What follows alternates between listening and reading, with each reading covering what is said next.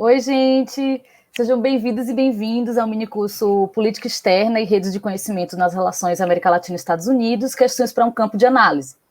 Esse é um curso que compõe o segundo diálogo sobre história, um ciclo de minicursos online da UFPR, e a gente está aqui fazendo essa gravação para vocês, pelo StreamYard, né? E a gente vai começar agora um compartilhamento de slides, que a gente vai, para pontuar um pouco as nossas falas na aula de hoje. E, bom, eu sou Natália Brodamaceno, essa é Thalita Fontes, dê um tchauzinho aí pra gente, Thalita. E a Adriana Cunha, que vai estar aqui com a gente nesse mini curso também. Hoje ela vai estar no backstage, ajudando. Eu vou só aguardar aqui ela conseguir fazer o compartilhamento dos slides para começar, tá? Bom, os inscritos nesse mini curso vão assistir a 4 aulas em vídeo, de cerca de 1 hora, mais ou menos, cada, né? E eles serão ministrados por nós três, Natália, Thalita e Adriana. E todas nós somos doutorandas em História e atualmente pesquisamos sobre relações Brasil-Estados Unidos, né? Então, a ideia desse mini curso vem de um encontro das nossas pesquisas, no qual a gente buscou pensar algumas questões centrais para um debate mais amplo, né, que trata sobre o estabelecimento de redes de conhecimento, de rotas de intercâmbio e iniciativas de auxílio técnico como diretrizes importantes da política externa dos Estados Unidos para a América Latina. Pode passar o slide, Adriana. Se a gente olhar para os processos de modernização, né, que muitos países latino-americanos atravessaram ao longo do século XX, é incontornável o papel desempenhado pelos Estados Unidos. Né, fosse com consultorias, empréstimos, com a entrada maciça de empresas privadas estadunidenses na região, com programas de intercâmbio universitário, ou com a entrada de mercadorias, promessas de desenvolvimento, de bem-estar, consumo, eficiência, enfim, né, os Estados Unidos foram e, de alguma forma, ainda são uma referência importante para a gente pensar os avanços e os muitos percalços da história do nosso desenvolvimento. Então, a história das relações entre a América Latina e Estados Unidos ela pode ser vista sob diversos prismas, né? E esse é um campo de estudo em constante expansão. Pode passar, por favor. Para os interessados nessa temática, há uma gama de análises interessantes disponíveis, né? E publicadas em artigos, livros, teses e dissertações, algumas das quais a gente vai recomendar ao longo das aulas, né? Mas todo esse material versa sobre os mais diferentes aspectos das relações hemisféricas, né? A partir de perspectivas tão diversas quanto os objetos e fontes históricas disponíveis para serem analisados. Então, quando a gente trata das relações América Latina e Estados Unidos, é possível observá-las do ponto de vista da cooperação militar, da circulação de produtos culturais, por exemplo, né, das relações econômicas, diplomáticas, dos enlaces e intervenções políticas e assim por diante. Mas aí, nesse curso, a gente vai abordar as relações América Latina e Estados Unidos a partir de uma análise de projetos e programas estadunidenses de cooperação técnica que compuseram os processos de modernização, industrialização e desenvolvimento de diversos países latino-americanos e que abarcaram áreas tão abrangentes como a educação, saúde, agricultura, administração pública, etc. Então, a discussão que a gente vai propor aqui sobre esses projetos, né, e programas, ela se concentra no entendimento de que, por mais duras e estritamente técnicas e objetivas que possam parecer essas iniciativas de auxílio, elas impactaram e foram impactadas por questões econômicas, políticas, estratégicas, culturais e até mesmo militares, né, que moveram a condução desses projetos de assistência e que transformaram na prática os seus rumos. O que a gente quer dizer com isso é que, a partir do estudo de projetos estadunidenses, de capacitação de professores latino-americanos, ou, por exemplo, de projetos voltados para a produção de medicamentos, controles de epidemias, é possível descortinar dimensões de poder, né, importantes que balizaram as relações desiguais e assimétricas entre Estados Unidos e América Latina. É justamente para essas relações de poder que atravessam todo o empreendimento da cooperação técnica, produzindo dinâmicas de troca e relações de dependência e também de autonomia, que a gente vai tratar nesse curso. Tá? Então, tendo esse horizonte em vista, o curso ele vai se estruturar da seguinte forma, vocês podem ir acompanhando aí nos slides, tá? Nessa primeira aula que vocês estão assistindo, nós vamos situar no tempo, no espaço e na produção bibliográfica já existente esse recorte analítico que a gente está propondo, né, para que seja possível a gente entender o campo da cooperação técnica como um campo de investigação que tem algumas especificidades e que também tem alguns problemas. Então, por isso, para que a gente possa, ao longo do curso, levantar questões, né, a serem consideradas quando se inicia um estudo sobre relações América Latina e Estados Unidos, dentro desse campo, é preciso primeiro a gente delimitá-lo, né? Então, a ideia desse minicurso é principalmente apresentar características, implicações, contribuições desse campo de análise como uma possibilidade de pesquisa.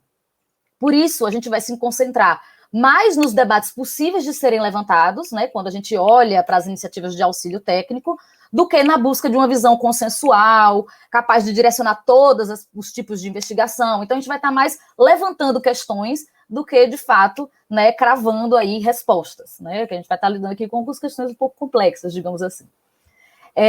Então, antes da gente discutir de fato, né, no que consiste a cooperação técnica e qual a sua função nas relações entre a América Latina e Estados Unidos, é preciso, primeiramente, a gente pensar na natureza desse relacionamento entre Estados Unidos e a região. Né? Não há um consenso historiográfico sobre isso, né? De modo que há perspectivas que vão compreender as relações América Latina e Estados Unidos sob a chave interpretativa do imperialismo e suas práticas predatórias, e outras perspectivas que vão buscar resgatar mais a agência latino-americana nos processos, e aí Thalita vai falar um pouquinho mais sobre isso mais adiante, né? Então, tem muitos matizes interpretativos para pensar, né, as dinâmicas entre América Latina e Estados Unidos, e a gente vai começar falando, né, de modo geral, sobre como essas relações de cooperação e tensão entre América Latina e Estados Unidos, elas têm sido pensadas por certas tendências historiográficas. E aí, depois disso, né, num segundo momento dessa aula, a gente vai discutir o recorte temporal que foi selecionado para esse curso, que é esse de 1939 a 1954, né, para que a gente possa compreender uma outra dimensão da cooperação técnica, que é a sua historicidade, né, o seu dinamismo.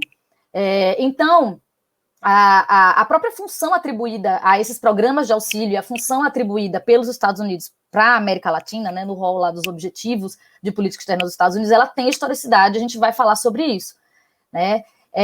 Então, pensar essa historicidade, né, ela pode nos ajudar a pensar justamente os problemas e as contribuições também dessas perspectivas distintas sobre as relações América Latina e Estados Unidos, porque a depender de como a gente observa, né, e de quais fatores a gente leva mais em conta, a cooperação técnica ela pode ser interpretada tanto sob o signo de uma modalidade de intercâmbio cultural, quanto como um mecanismo de consolidação de hegemonia e de criação de dependência. Bom, vale ressaltar também que nesse minicurso a gente vai trabalhar com uma noção mais abstrata e mais generalista de América Latina, devido à natureza das nossas fontes. Então, quando a gente vai consultar a documentação referente ao planejamento e discussão de muitos desses programas e projetos de auxílio que a gente vai abordar aqui, né, no âmbito da diplomacia dos Estados Unidos, a América Latina ela é tratada, equivocadamente, é claro, como um bloco coeso, né, de modo que havia pouquíssimas nuances nas políticas de assistência implementadas em um ou em outro país latino-americano. A gente sabe que, na prática, isso não deu muito certo, isso não procede, né, pois as demandas de cada país eram e são diferentes, né? E os estudos de caso mostram bem esse conflito entre o planejamento dos projetos e a sua aplicação na prática. Então, dessa forma, né, as instituições envolvidas com a condução dos programas de auxílio técnico, como é o caso do Institute of Inter-American Affairs, cuidava de todos os programas de auxílio, né, aplicados na América Latina. E aí, tentando pensar essa cooperação técnica em temporalidades diferentes, numa perspectiva macro, né, na Segunda Guerra Mundial e no início da Guerra Fria, a gente optou por usar essa abstração, né, chamada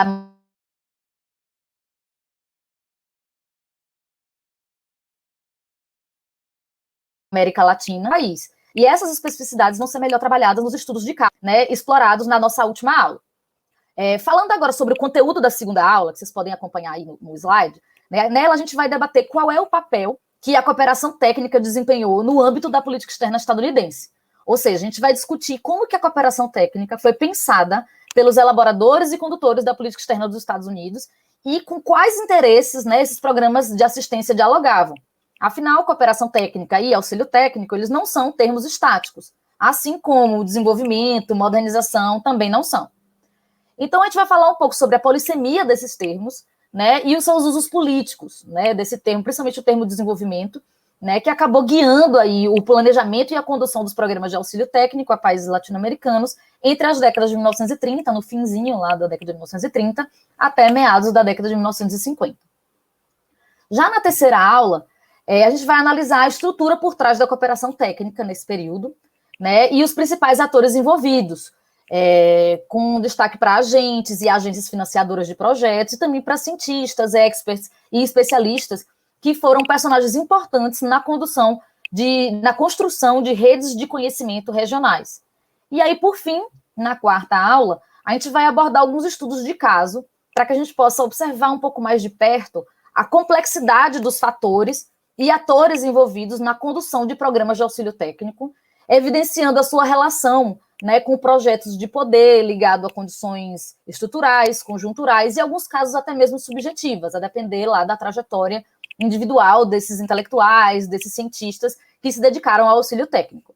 Então, nesse último vídeo, a gente vai apresentar estudos, né, que nos permitem analisar com mais precisão esse entrelaçamento tenso de interesses estadunidenses, demandas latino-americanas, das circunstâncias próprias da Segunda Guerra, do início da Guerra Fria, com os projetos, expectativas e os objetivos em disputa na condução da cooperação técnica.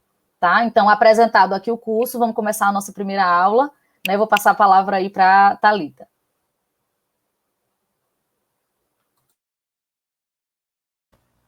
Enfim, estava com o áudio mutado. Olá, pessoal. É um prazer imenso estar aqui com vocês hoje, né, para essa nossa primeira aula, que tem como título Cooperação Técnica, como a Natália já apresentou, Cooperação Técnica, Intercâmbios Culturais ou Criação de Dependência. Pode passar o slide, Adriana. Então, eu espero que seja proveitoso para todo mundo, né, esse mini curso. A gente, enfim, é um projeto que a gente veio pensando, tentando entrelaçar essas pesquisas, então eu espero que vocês gostem do resultado.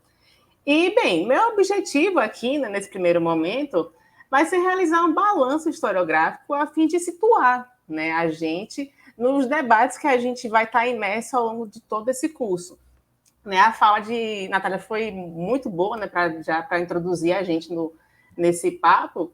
Então, eu vou apresentar aqui brevemente para vocês, né, como a historiografia ela vem interpretando as relações entre América Latina e Estados Unidos, mostrando que, em grande medida, o desafio da gente, né, como historiadores que decidiram desbravar esse campo, é encontrar um equilíbrio, né, ao mesmo tempo em que a gente procura, né, mostrar que a América Latina era um ator, sim, né, enfim, os latino-americanos, os países latino-americanos, eram, de fato, atores ativos nos jogos de poder interamericanos. Por outro lado, como é que a gente vai, né, mostrar que essa agência dos atores latino-americanos, ela, de certo modo, não apaga, né, nas análises, essa atuação imperialista dos Estados Unidos. Então, digamos que eu vou procurar mostrar um pouco disso, né? Digamos que essa minha fala ela vai orbitar sobre esses dois pontos. Pode passar, Adriana. Bem, então, para a gente começar aqui o nosso papo, vamos realizar, digamos que uma volta um pouco no tempo para entender, né, de que forma essas lentes interpretativas sobre a historiografia que trata, né, das relações entre a América Latina e Estados Unidos, elas foram criadas. Né? Digamos que um ponto inicial, né, que eu decidi colocar como marco para essa nossa conversa vai ser os anos 70. Né? Os anos 70, quando as ciências sociais, né, elas vão, digamos que, se voltar, né, para um conjunto, né, de discussões que vai ficar conhecido como teoria da dependência.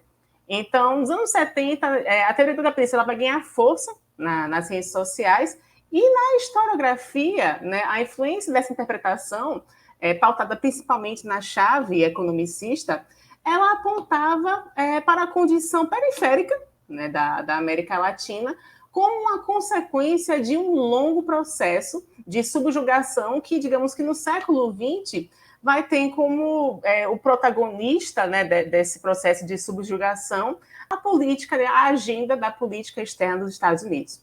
Então, a partir desse posicionamento, digamos, imperialista dos Estados Unidos sobre a América Latina, onde os Estados Unidos ele vai estar ao norte, né, no eixo norte, no centro, e a América Latina no eixo sul, numa posição de subordinação, digamos que tem, né, digamos que como a grande moldura, o sistema global, né, capitalista. Então, a partir dessa teoria da dependência, né, dos conceitos que vão ser mobilizados, né, a partir da teoria da dependência, a historiografia, né, nas décadas seguintes, ela a historiografia que vai, né, se debruçar sobre as relações América Latina e Estados Unidos, ela vai, digamos que, beber muito desses conceitos, né, produzidos.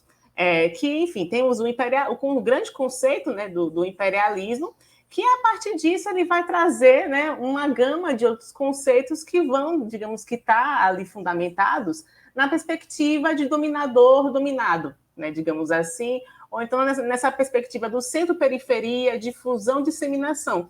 Então, esses conceitos, né, eles vão, digamos que, ser fruto da teoria da dependência. Pode passar, Adriana. Então, para que assim a gente dê um pouco mais de carne, né, a esses conceitos, eu trouxe para vocês um exemplo de uma obra muito importante, né, que ela, enfim, ela é bastante utilizada quando se trata das relações entre Estados Unidos e América Latina, que é a obra do Lachutz, né, que é Estados Unidos, Poder e Submissão. Então, essa obra, que ela foi publicada em 98, ela traz justamente como chave de leitura justamente essa perspectiva do imperialismo, do conceito do imperialismo. No caso, o Lachutz, ele vai frisar, né, logo de cara, que o objetivo dele é fazer uma história dos Estados Unidos, da visão dos Estados Unidos para a América Latina. Então, a partir desse ponto, o Lachutz ele vai se pautar, né, vai se fundamentar nessa perspectiva do dominador-dominado, e ele vai remeter, digamos que, a visão de que essa postura de dominador dos Estados Unidos ela está meio que na essência, né, dos Estados Unidos como nação, né, especialmente essa essência de dominador que busca dominar a América Latina, essa posição de superioridade, né, dos Estados Unidos frente aos países latino-americanos. Então, muito mais do que uma agenda da política externa, essa postura de dominação, de superioridade, ela estaria, digamos que, arraigada à mentalidade estadunidense. Então, a gente percebe que, digamos que, a partir, né, desse conceito, né, de imperialismo, essa perspectiva dura do conceito de imperialismo, ele traz em sua esteira, digamos que, uma visão de que as relações entre a América Latina e Estados Unidos, elas se dão como se fosse uma via de mão única, digamos assim, em que o poder dos Estados Unidos ele vai se sobressair e que, nesse sentido, digamos que os Estados Unidos ele vai estar só interessado, digamos, em lançar os seus interesses e vai caber aos países latino-americanos realizar movimentos de resistência, acomodação ou assimilação, né, diante do eixo norte. Então, digamos que essa perspectiva dura do Lachutz, ela vai, digamos que, transparecer um pouco disso. Pode passar, Adriana. E, enfim, né, considerando essa perspectiva, que, enfim, esse conjunto, né, de conceitos fruto da teoria da dependência, que chegamos, enfim, também ao final dos anos 90, onde surgem trabalhos, né, que têm por objetivo realizar, digamos que, um contraponto, né, a essa perspectiva. Algumas historiadoras e historiadores, eles vão observar que, digamos que, os pesquisadores que têm como base a teoria da dependência têm uma ânsia tão grande em denunciar o imperialismo, né, dos Estados Unidos, que, no fim das contas, eles acabam perpetuando uma América Latina que ela vai ser sempre o objeto, né? Ela nunca vai ser o sujeito histórico, ela vai ser sempre objeto da atuação do imperialismo. Então, digamos que, a partir dessa crítica, né, que vai começar a ser realizada a narrativa, né, da teoria da dependência, digamos que um dos principais alvos, né, desses pesquisadores que começam a criticar essa narrativa seria justamente essa lógica dicotômica, né, essa lógica do binômio pautada em dominador-dominado, né, que sempre vai estar ali orbitando nas relações interamericanas. Então, digamos que até um pouco até do que Natália falou inicialmente, existe essa ruptura, né, da dicotomia, ela vai até refletir com a própria perspectiva de como nós enxergamos Estados Unidos e América Latina. Né? Digamos que até nessa posição dicotômica entre Estados Unidos e América Latina, a gente verifica justamente que a América Latina ela vai ser reduzida a um bloco homogêneo, sendo que a América Latina não é isso. A América Latina enfim, é plural, heterogênea. Então, digamos que os pesquisadores eles vão começar a discutir, né, até que ponto discutir as relações interamericanas a partir desse binômio, ela é proveitosa ou não para pensarmos de fato a América Latina. Então, essa literatura considera que uma vez que a teoria da dependência, assim como a perspectiva do imperialismo, ela promove dicotomias que centralizam, né, os processos históricos em questões político e econômicas e ignora, né, por sua vez, os sujeitos humanos que fazem parte dessa estrutura, o quanto ela acaba perdendo, né, o quanto ela, de certo modo, ela não possibilita um protagonismo, né, da América Latina. Então, há um esforço, né, a partir dessas novas interpretações, né, que surgem no final dos anos 90, em descentralizar e restaurar a agência dos latino-americanos na narrativa histórica. Então, unido a essa perspectiva, né, que busca problematizar as análises dicotômicas, está esse esforço, né, em trazer esse protagonismo para a América Latina e, enfim, procurar, né, digamos que, de certo modo, redimensionar a escala de análise. Né? Digamos que trazer a agência aos atores latino-americanos, ela, digamos que uma perspectiva que vai auxiliar trazer a influência da cultura, trazer o campo da história cultural como aliada para poder, digamos que a partir da cultura, entender como essas relações interamericanas elas se dão de uma maneira muito mais complexa. Então, né, dessa forma, né, a partir, né, digamos que dessa grande perspectiva, eu saio aqui lançando uma série de conceitos que agora a gente vai, digamos que, compreender quais são, digamos que, os conceitos que vão basear, né, que, digamos, que vão procurar realizar um contraponto à perspectiva do imperialismo, digamos assim. Então, um primeiro contraponto que vai ser feito consiste digamos que, na procura por substituir, digamos assim, a perspectiva do imperialismo cultural a uma perspectiva de circulação cultural. Então, digamos que é esse primeiro ponto. Né? Digamos que o conceito de circulação ele vai começar a ser mobilizado, né, por esses autores em substituição à perspectiva do imperialismo, que, de certo modo, também é uma contraposição à visão difusionista, né? Ao afirmar que os difusionistas, eles, digamos, que tinham, digamos, como perspectiva, né, que os elementos culturais eles eram produzidos no centro, né, nos centros, e a partir disso eles eram, de certo modo, irradiados, né, transmitidos para as periferias. E esses pesquisadores, né, que vão se aliar a esses estudos latino-americanos, a essa repaginação dos estudos latino-americanos, eles vão dizer que não é bem assim. Né? E, de certo modo, eles vão também estar muito alinhados com os estudos subalternos que vão ser realizados na Ásia, né, por historiadores da Ásia, no qual também vão demonstrar que o conhecimento ele é produzido a partir de uma circulação e de dinâmicas muito mais complexas.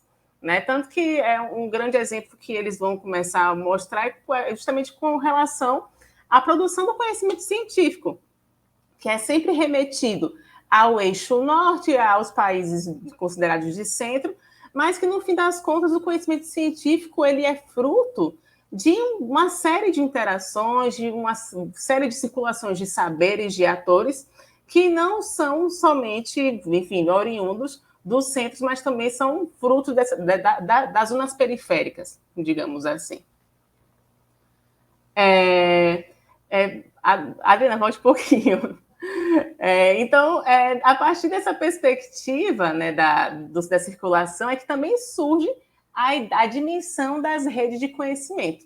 Né? Essa perspectiva de rede, ela é muito cara, né, para esses historiadores, uma vez que essa dimensão das trocas e dos intercâmbios, ele traz à tona, né, de que, enfim, existe a criação, né, o conhecimento que circula, ele vai, digamos que, gerar, né, criar redes, né, seja entre indivíduos, entre comunidades, entre instituições. Né? Aqui a gente não está falando somente de indivíduos, né? Os atores não são menos indivíduos, mas uma gama de instituições, de comunidades, e que a partir, né, desse enredamento é que o conhecimento ele vai circular, né? As redes elas vão sustentar essa circulação de ideias, de valores, e que a partir disso eles vão ser reformulados, vão ser criadas novas ideias, novos valores, novas práticas, que eles vão sustentar, em grande medida, digamos que as macroestruturas, né? As grandes estruturas sociopolíticas. E digamos que só situando um pouco, né? Que essas redes elas vão estar pautadas, né, num outro conceito que é muito caro, né, para esse pessoal, que o que se diz zona de contato, né, certo? Mas onde é que essa circulação, onde é que esses atores eles vão, digamos que, dialogar? E aí, a partir disso que o conceito de zona de contato ele vai ser mobilizado, é um conceito que foi cunhado, né, pela historiadora Mary Pratt, e que ela defende que esses contatos que a gente verifica como contatos internacionais, eles vão se dar em múltiplas zonas. E que ela vai, digamos que, defender, de certo modo, a importância dos contatos do cotidiano, né? Que é onde as culturas elas vão se encontrar, né? As culturas do conhecimento, ele vai se encontrar, ele vai se misturar, né? E vão, a partir disso, surgir novos valores. E, enfim, né, a partir desse conceito, né, esse conjunto de conceitos, eles vão ser, de certo modo, mobilizados justamente para a gente repensar, né, a agência dos subalternos na história, né, das relações interamericanas. De mostrar que, ao fim e ao cabo, né, a dimensão dos intercâmbios, das trocas, elas procuram atender nessa demanda e mostrar que os sujeitos latino-americanos, eles também eles procuravam, a partir dessas negociações, atender a seus próprios interesses, eles negociavam, eles estabeleciam acordos e relações, né, amistosas, relações super diversificadas, né, digamos que, e às vezes o véu, né, das macroanálises socioeconômicas, elas acabam não nos mostrando, né, enfim, no fim das contas, esse pessoal eles querem complexificar, eles querem complicar, né, mostrar que as relações internacionais elas não se dão de uma maneira tão simples como às vezes a gente costuma observar nas narrativas. Pode passar, Adriana. Bem, então, e aí eu trouxe como um exemplo rapidinho aqui, né? Digamos que é uma obra que ela se tornou um marco, né? Um marco para enfim, trazer, né, a cultura, né, a dimensão cultural e o protagonismo latino-americano na narrativa das relações americanas, que é a obra Close Encounters of Empire, que é uma coletânea que foi organizada por Gilbert Joseph, Catherine Legrand e Ricardo Salvatore, e que, digamos que esses autores eles vão realmente sair em defesa, né, digamos que, de uma releitura das relações interamericanas que traga, né, enfim, a cultura como um suporte para entender as dimensões políticas e econômicas, e que mostrar que, digamos, que as análises culturais elas são um frutífero caminho para oferecer esse protagonismo, né, aos atores latino-americanos. E, bem, né, aqui, como a Natália já disse, né, nosso objetivo não é responder muita coisa, é mais trazer perguntas. E digamos que uma grande pergunta, né, que digamos que acaba sendo feita, né, e até em tom de crítica, a essa narrativa que vai surgir no fim dos anos 90, é se essa perspectiva da circulação ela acaba encobrindo, né, as relações de poder que existem entre América Latina e Estados Unidos, se elas não encobrem, né, as assimetrias que existem entre essas relações. E se, no fim das contas, apesar de tudo, será que é realmente possível a gente pensar nas relações interamericanas sem o conceito do imperialismo? Então, esses são alguns dos grandes desafios, né, que nós temos. Né? Não é fácil, né, a gente procurar equilibrar essas perspectivas. E, bem, né, eu coloquei aqui qual é a melhor chave de leitura. Né? Então, isso vai caber ao historiador, né, que vai manejar, que vai trabalhar no campo das histórias das relações interamericanas, pensar, né, quais são as melhores chaves de leituras e, enfim, a partir desse nosso curso, a gente demonstra que essa perspectiva da cooperação técnica, dos intercâmbios, ele vai mostrar como essas relações realmente são muito complexas e como a cooperação técnica ela auxilia a gente a enxergar essas complexidades. E agora eu passo a bola novamente para a Natália. É estranho, né, Thalita, a gente ser colocado nessa posição de ter que escolher, né? Porque quando a gente olha pela chave do imperialismo, muita coisa muito interessante, né, surge, né? Muitos temas, enfim, tipos de documentação, tipos de recorte, muito pertinentes, né? E aí, quando a gente olha pela circulação cultural, um mundo parece que se abre também, né? Então a gente está sempre tentando buscar esse equilíbrio, mas é algo realmente muito fino, né?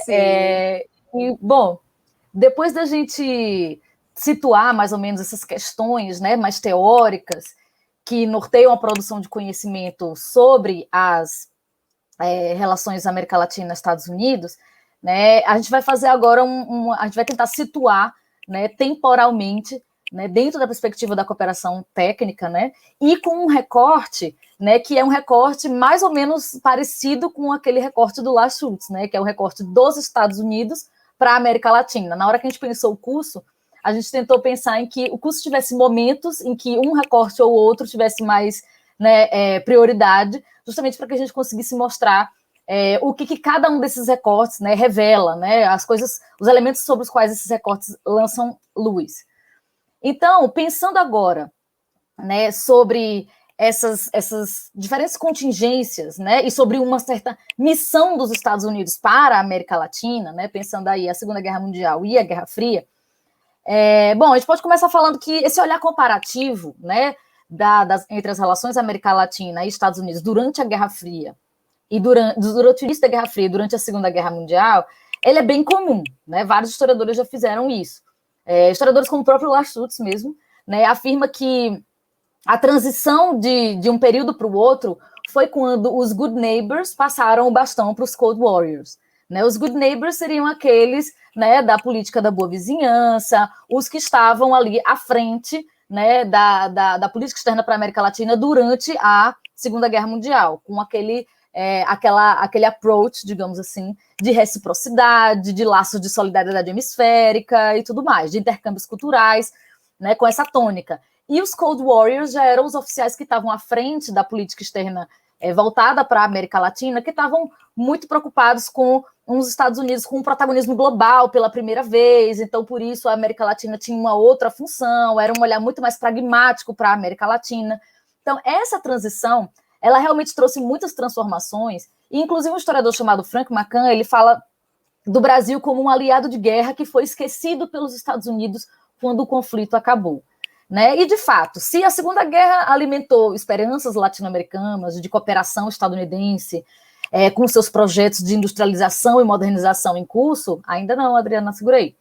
A sensação que o pós-guerra trouxe, né, foi uma sensação de frustração, né, uma espécie de banho de água fria mesmo. Então, a luta contra o fascismo na Segunda Guerra Mundial e a luta contra o comunismo, né, e aí que estamos olhando sob a perspectiva dos Estados Unidos, tá?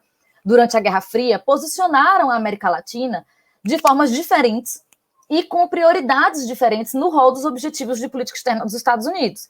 Né? A própria perda de importância geopolítica da participação militar direta e efetiva de países como o Brasil, né, decorrente do fim da Segunda Guerra e também do advento das armas nucleares, reposicionaram o país, né, no tocante aí aos objetivos de política externa dos Estados Unidos, levando a um enxugamento do aparelho burocrático dedicado à cooperação entre os países.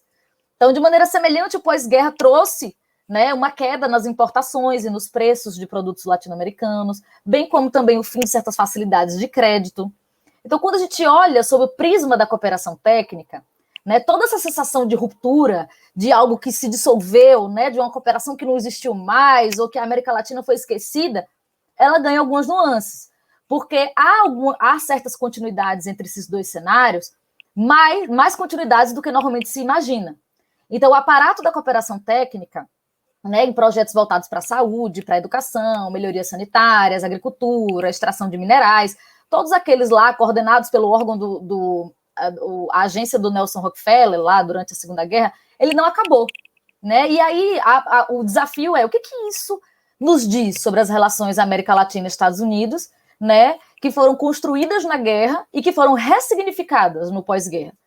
E aí a intenção aqui é a gente usar os programas de auxílio técnico, né, estadunidenses voltados para a América Latina como um fio condutor, para que a gente possa jogar a luz sobre essa dinâmica de rupturas e de continuidades, né, do fim dos anos de 1930 até meados dos anos de 1950, ou seja, pegando aí uma conjuntura da Segunda Guerra Mundial e dos anos iniciais da Guerra Fria. Os cenários, as demandas, as expectativas na Segunda Guerra e na Guerra Fria, elas eram inquestionavelmente diferentes, né? Mas esse senso de missão estadunidense, de tutela sobre tudo aquilo que ficava lá ao sul do Rio Grande, né, e também os próprios anseios latino-americanos por modernização e por desenvolvimento, que é algo que vem desde lá dos anos de 1930, não haviam mudado tanto assim. Então a gente vai estar aqui jogando nessa fina linha entre as rupturas e continuidades desse processo. Pode passar. Bom, embora os primeiros esforços de cooperação técnica, né, oriundos dos Estados Unidos voltados para a América Latina datem de fins do século XIX e início do século XX, a primeira vez que o auxílio técnico para a América Latina virou uma política de governo, né, e que um aparato institucional estatal foi fundado para gerir o auxílio técnico, foi na Segunda Guerra Mundial. Né? Então, alguns autores, e mesmo a própria narrativa institucional do Institute of Inter-American Affairs, que foi o órgão responsável por conduzir os programas de assistência técnica na América Latina, situa o ataque japonês a Pearl Harbor como um marco na história da cooperação técnica.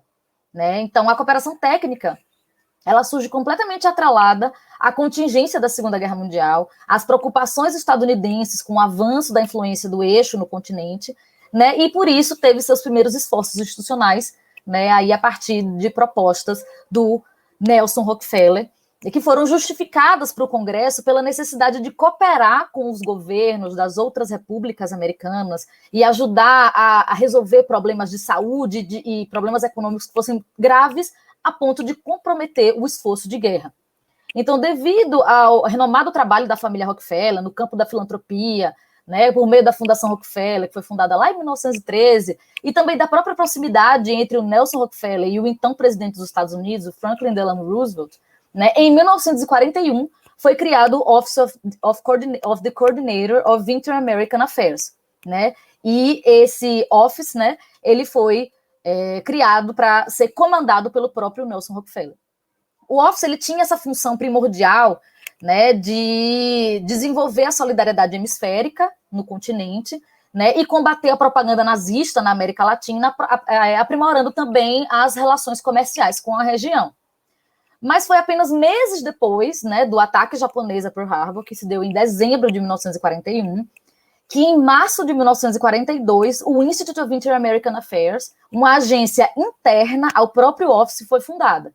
E essa agência, sim, tinha o propósito de conduzir, né, políticas de controle e prevenção de doenças, de melhoramento de medidas sanitárias, redes de esgoto, moradia, melhoramento na produção de comida, distribuição de água, melhoramento nos hábitos nutricionais, nos hábitos de saúde, tratamentos médicos, educação, treinamento profissional, enfim. Né, é uma gama aí de campos, né, de frentes que o IIA acabou ficando responsável. Então, na terceira reunião de consulta dos ministros das Relações Exteriores das Repúblicas Americanas, que ocorreu em janeiro de 1952, um mês depois de Pearl Harbor, né, o IIA já tinha sido anunciado lá. né? E essa reunião ela foi convocada por causa do ataque, nessa tentativa de mobilizar a América Latina para a entrada estadunidense na guerra. E então, em fevereiro, né, os primeiros acordos de cooperação técnica já foram firmados com o Equador, contemplando áreas de controle da malária, melhoramento do sistema de esgoto, controle de pragas, educação voltada para a saúde, construção de hospitais e clínicas e assim por diante. Em 14 de março, começaram os acordos de cooperação bilateral com o Brasil. E, a partir daí, os programas de auxílio técnico foram sendo expandidos para os diversos países latino-americanos e também para as mais diversas áreas de atuação. Em 1948, teve um corte de gastos, né, mas, mesmo assim, o IIA chegou a 16 países assistidos nesse esforço de cooperação técnica. E, em 1952, só na área da saúde, por exemplo, o Institute tinha acordos com 19 países da América Latina. Então, a princípio, o Rockefeller, né, propôs ao Departamento de Guerra dos Estados Unidos um auxílio técnico que tivesse ligado ao bem-estar da instalação de bases militares estadunidenses. Então, eram obras públicas ligadas a hospitais, sistemas de distribuição de água, de saneamento e assim por diante. Né? E é interessante a gente pensar que, mesmo em tempos em que a proteção da América do Sul era vista como bastante necessária, de uma forma um tanto urgente, como foi o caso da Segunda Guerra Mundial, o Rockefeller teve dificuldade de convencer o Congresso e conseguir o financiamento que ele queria. Né? Então, não foi só na Guerra Fria que os programas de auxílio tinham aí, né, o Congresso com a mão fechada, sem querer liberar orçamento. A intenção inicial do Rockefeller era um orçamento de 100 milhões para o IIA, e ele só conseguiu 25 milhões, e ainda assim com mais foco em saúde e em saneamento. Então, de maneira geral, né, o IIA ele foi criado, né, para colaborar com os governos e agências governamentais de países latino-americanos em atividades diversas, né, como, por exemplo, o campo da saúde pública, a execução e planejamento de projetos de auxílio técnico e assim por diante. Além disso, o IIA também produzia filmes educativos, especialmente na área da saúde, tem muitas pesquisas sobre isso, né? Na área da saúde, do saneamento, para o público latino-americano em geral.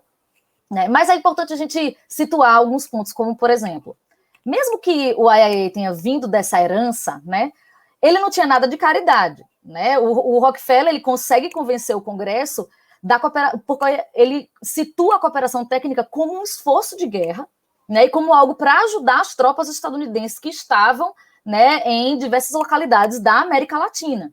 Além disso, também, a cooperação técnica nessa época estava voltada, né, para o propósito de aumentar a produção de materiais estratégicos necessários para a indústria bélica e para o esforço de guerra também.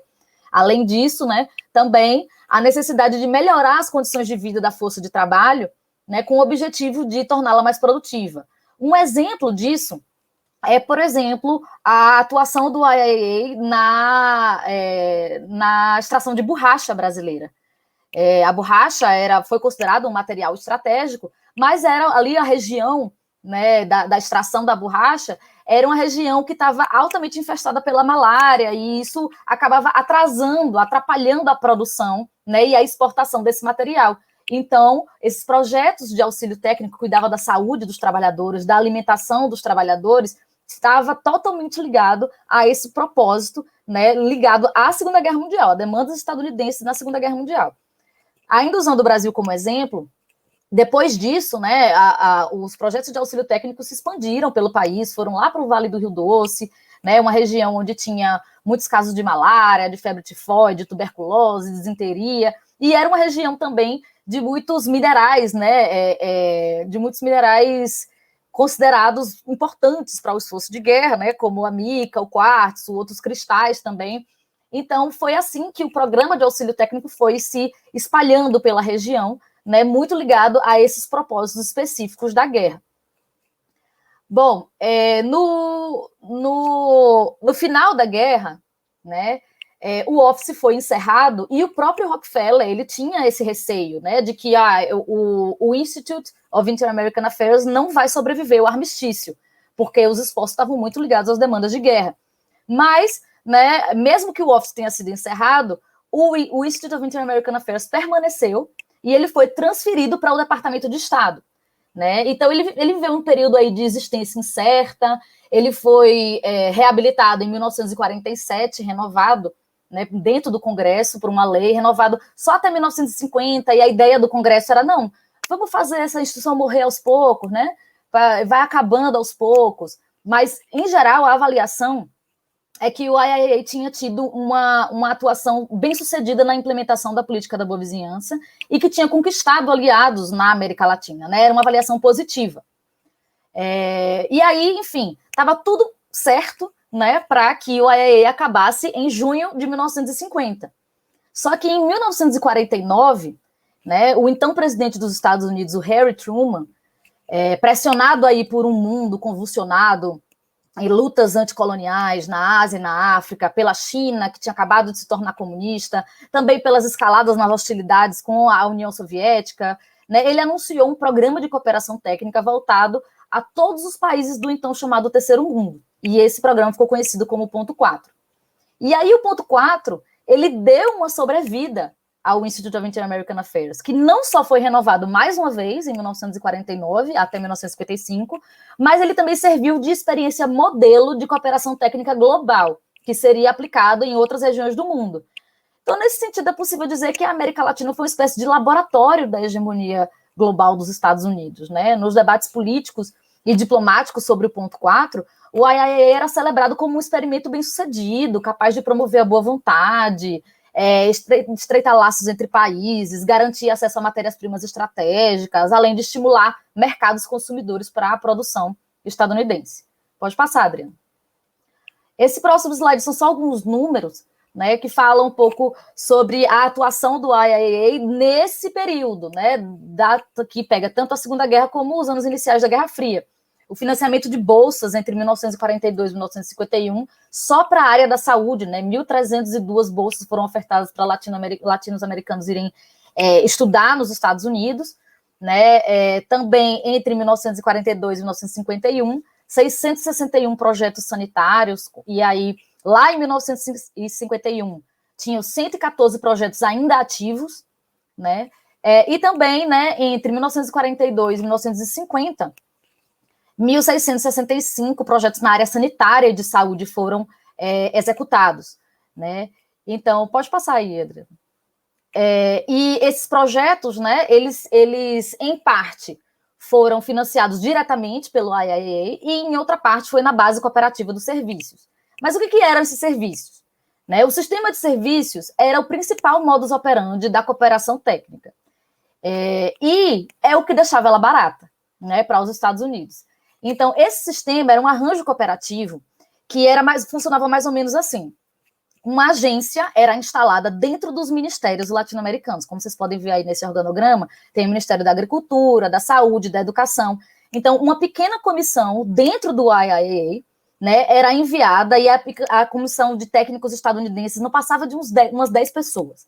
E aí eles instalavam esse escritório dentro dos ministérios, e ali os projetos eram pensados, planejados, conduzidos por uma equipe tanto estadunidense quanto local, né, latino-americana do país lá em que o projeto foi aplicado. Né? E aí, nesse compartilhamento de planejamento, tinha também o compartilhamento de custos. Né? E aí, claro, para que essa comissão chegasse a vir, né, para a América Latina, os Estados Unidos colocavam aí algumas condições, os projetos eles tinham que ser previamente aprovados por Washington para serem implementados, e aí entra a parte da assimetria, né? A cooperação ela não acontecia igual, né? E aí era um grande diálogo fluido, né? Mas tinha aí essa assimetria de poder se revelando nesses projetos que tinham muito a cara daquilo que os Estados Unidos também pretendiam para a região.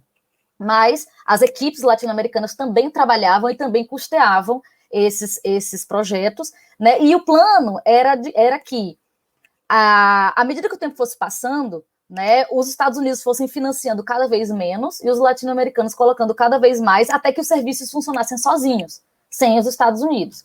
Pode passar aí, Adriana, por favor. Inclusive, tem uma razão aí de proporcionalidade, que inicialmente os Estados Unidos colocam, para cada $20 que os Estados Unidos colocava, a América Latina colocava $1. Né? E aí o tempo foi passando, e aí essa razão, né, essa proporcionalidade se reverteu. Para cada $1 que os Estados Unidos colocava, a América Latina colocava $3 ou $4. E aí isso pode ser percebido aí nessa tabela, né, de 1943 a 1953, que o financiamento latino-americano foi crescendo, né, à medida que, proporcionalmente, o financiamento estadunidense ia diminuindo. Essa era a ideia inicial dos serviços, desde o começo, né, e era justamente a ideia de chegar, ensinar os latino-americanos a fazerem e depois deixar eles tocarem sozinhos, né.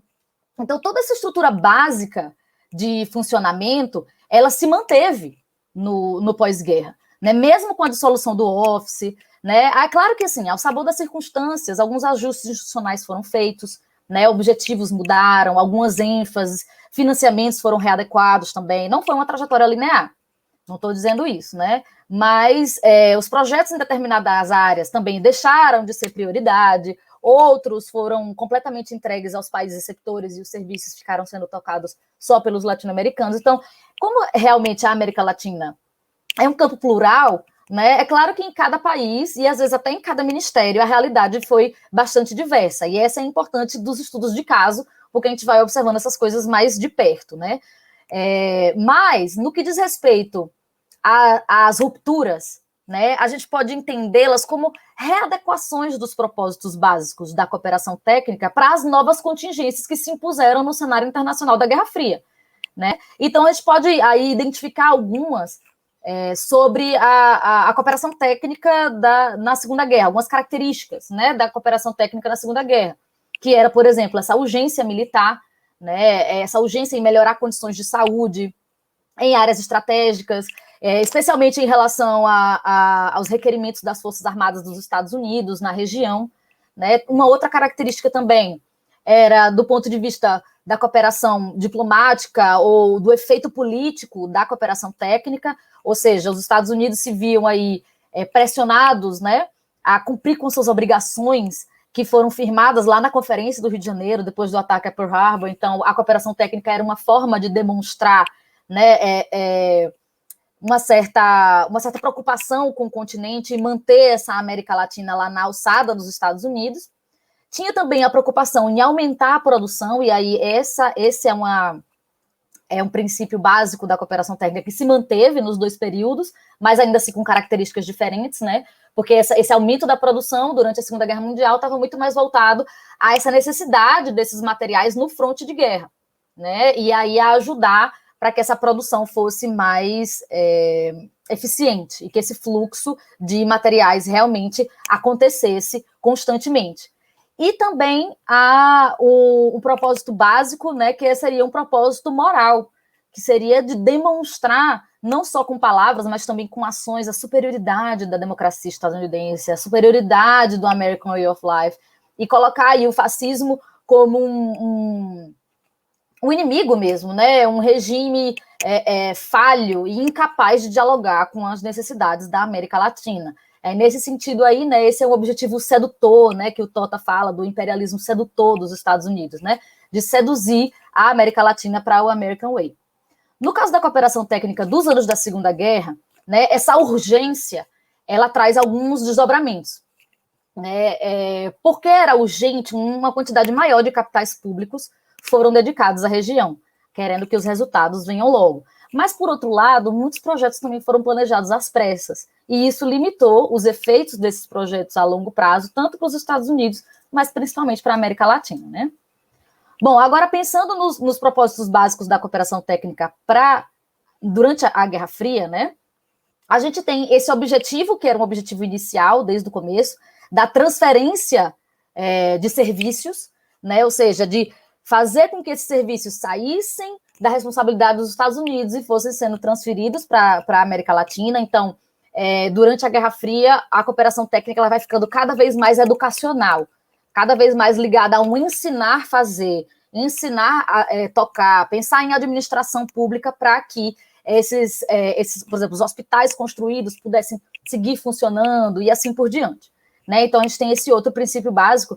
E, de maneira geral, né, a cooperação técnica na Guerra Fria, pelo menos na retórica do Institute of Inter-American Affairs, tinha uma coisa meio vaga, assim, de aumentar padrões de vida, melhorar a vida das pessoas, manter a paz e a prosperidade no continente. Então, assim, esse jeito mais amplo de falar acabava dificultando a apuração dos resultados, de se essa cooperação técnica está realmente acontecendo, né? E também fazia com que os esforços fossem cada vez menos coordenados. Então, digamos que a coisa correu um pouco menos organizada, um pouco mais solta, mas altamente comprometida com a entrada de capital privado, né? Então, o fato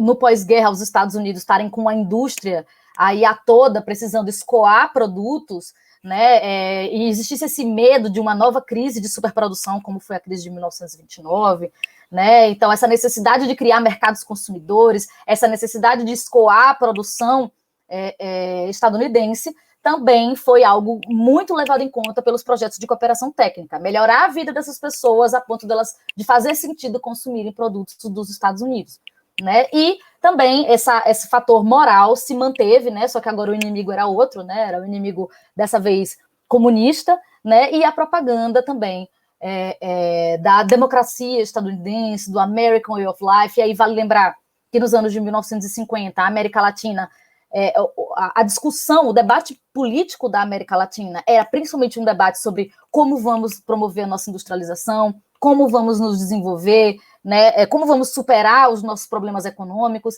Então, a cooperação técnica estadunidense era uma forma de oferecer uma resposta, né, de oferecer uma resposta convincente de que o capitalismo, né, nos moldes liberais estadunidenses, era uma boa forma de atender a essas demandas.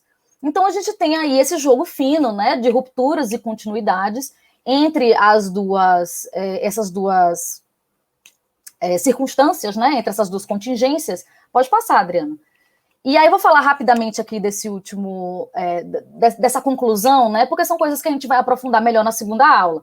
Então eu vou falar bem rapidamente, né, e também para a gente não estourar o nosso tempo de 1 hora por vídeo, que, enfim, essa trajetória do auxílio técnico, né, que eu tentei traçar aqui nessa aula, ela nos leva a algumas observações básicas, né, de que a cooperação técnica ela está totalmente associada à segurança nacional dos Estados Unidos, né, tanto durante a Segunda Guerra Mundial quanto durante a Guerra Fria, né. Os propósitos de cooperação eles vão se alterando à medida que a função atribuída à América Latina também vai se transformando dentro da política externa estadunidense, o que faz do campo da cooperação técnica uma boa forma de observar essas dinâmicas, né. A gente tem também algo que precisa ser levado em conta, que é esse, entre aspas, né, enrobustecimento do aparato diplomático estadunidense, né, se vocês pensarem aí que antes da Segunda Guerra Mundial, o Departamento de Estado, enfim, era uma instituição muito menor. Então, com o princípio da cooperação, muitos técnicos, né, são absorvidos pelo Departamento de Estado, várias pequenas instituições são criadas para gerir todo esse comprometimento internacional que os Estados Unidos começam a ter, né, esse é um ponto de observação também. E, por fim, né, a cooperação técnica também como uma forma de condicionar os processos de modernização da América Latina aos interesses estadunidenses. Isso também a gente vai discutir melhor na segunda aula. Aproveitando esses minutinhos finais, pode passar, Adriana, para falar um pouquinho das recomendações de leitura. Acho que esse slide então não apareceu, né? Não tem problema, não. Pronto, é isso. E aí, sobre esse assunto, né, infelizmente a gente não tem muita coisa em português, tem muita literatura em língua inglesa, esse é um dos problemas de pesquisar isso no Brasil, né, mas aí a gente tem aí alguns artigos, né, e até os próprios livros do Lars Schultz ajudam a gente a pensar um pouco isso. A Thalita falou do livro de 98, esse já é um livro de 2018 dele, que fala bastante sobre essas relações América Latina e Estados Unidos também, né, e aí do lado tem as fontes, né, os documentos produzidos pelo Institute of Inter-American Affairs, que são todos digitalizados, né, em que a própria instituição está contando a sua trajetória, falando um pouco sobre esses objetivos, e aí é bastante informativo também. Alguns desses gráficos, das imagens que foram usadas nos slides foram tiradas dessas fontes, né, e alguns poucos, né, artigos também já fazem essa ponte entre a criação lá do Institute of Inter-American Affairs, os objetivos de guerra, e a cooperação nos anos 50, né, sob o ponto 4, que é uma ponte que foi essa que a gente tentou criar aqui nessa aula, para a gente perceber a cooperação técnica como algo, né, dotado de historicidade, e que acompanha essas mudanças nas dinâmicas entre as relações América Latina e Estados Unidos. Bom, gente, eu acho que por essa aula é isso. A gente vai ter aí a aula 2, em que a gente vai conversar um pouco mais sobre cooperação técnica e política externa estadunidense. E até o próximo vídeo, né? Isso mesmo. Obrigada, pessoal, pela atenção e até a próxima. Tchau, tchau.